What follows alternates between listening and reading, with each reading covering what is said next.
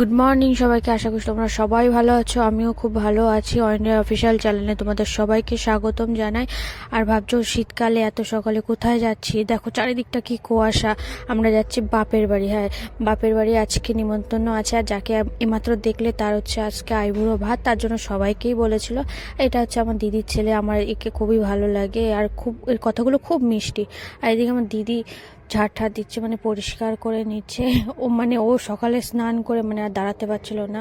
আর এদিকে ঠাকুমার সাথে কিছু বলছিলাম, ঠাকুমা আমাকে বলছিল যে তুই স্নান করিস না। আমি বলছি আমি রোজ স্নান করি। আমি বললাম যে তুমি স্নান করো না। আর এদিকে দিদি বলছে যে এখন ভিডিও করিস না, আমি যখন সাজাবো তখন। আর এদিকে দিদির মেয়েকেও রেডি করাচ্ছিলাম।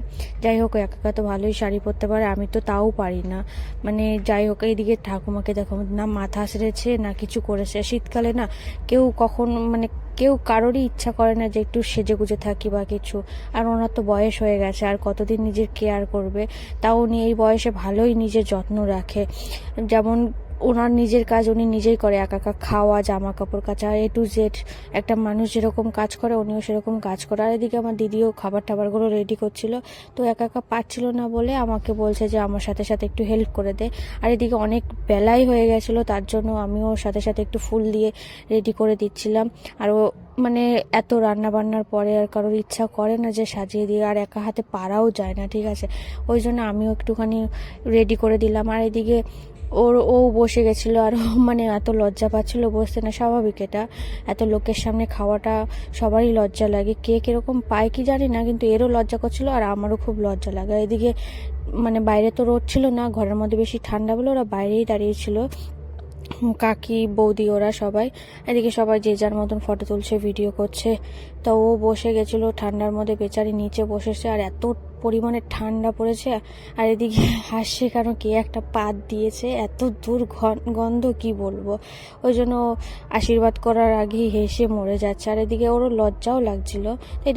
এদিকে সবাই আশীর্বাদগুলো সেরে ফেলবে। এদিকে বড়মা প্রথমে করছে, একে একে সবাই দেবে।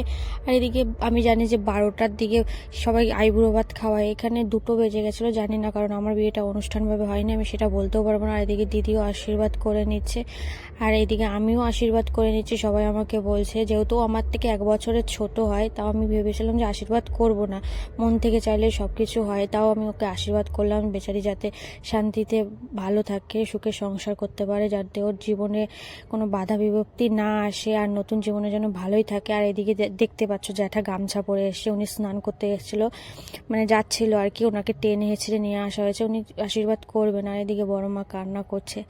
মেয়েদের জীবনটাই কেমন হয় না, এক জায়গা থেকে আরেক জায়গায় যেতে হয়, ওদের কোনো স্থিরভাবে ওরা থাকতে পারে না, না বাপের বাড়ি, ওদের কোনো নিজস্ব বাপের বাড়ি হয় না। আর এদিকে আমার একটা দিদির মেয়ে চলে এসে, ওরা এত লেট, আরও স্নান করেছে না, এত রোগা।